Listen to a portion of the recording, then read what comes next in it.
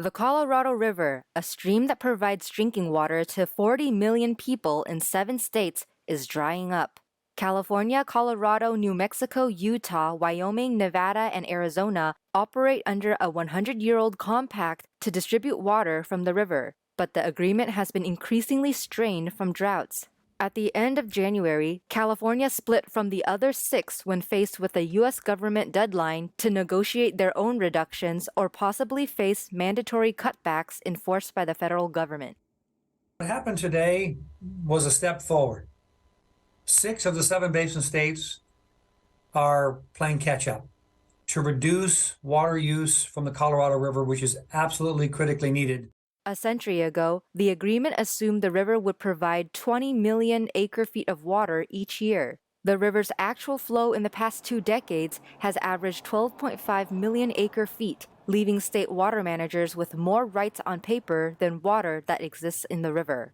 California receives the largest allotment. Its $50 billion agricultural industry continues to consume 80% of the state's supply. Many experts see the state's decision to sit out the agreement is increasing the chances of the water fight ending up in the nation's highest courts.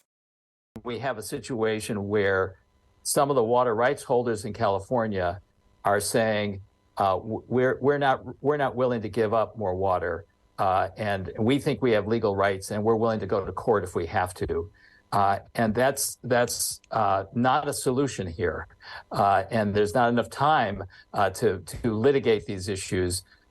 So much is at stake. According to Hayes, drastic conservation will be needed to protect dwindling reservoirs from overuse. For the federal government to change its operating guidelines for the Colorado River, they have to go through a process, an environmental impact review process. And that's what they're going through right now.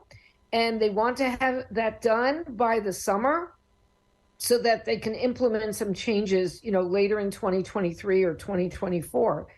And so time is not on our side. Something is going to have to give. And as I look at the letter that was sent, the 6 states that signed it, and I know California recognizes the reality, all recognize that we have to change the operating procedures for the Colorado River, the deliveries. The hard part is, can you get to agreement across these diverse states and interests such as farming and cities and the like? Since late December, 7 atmospheric rivers have dumped up to 30 inches of rain in California, but virtually none of the storms reached the Colorado River basin. Even with more atmospheric rivers in the immediate forecast, the state cannot solve its long-term water crisis without major infrastructure investments to capture more stormwater, restore floodplains, and recycle wastewater.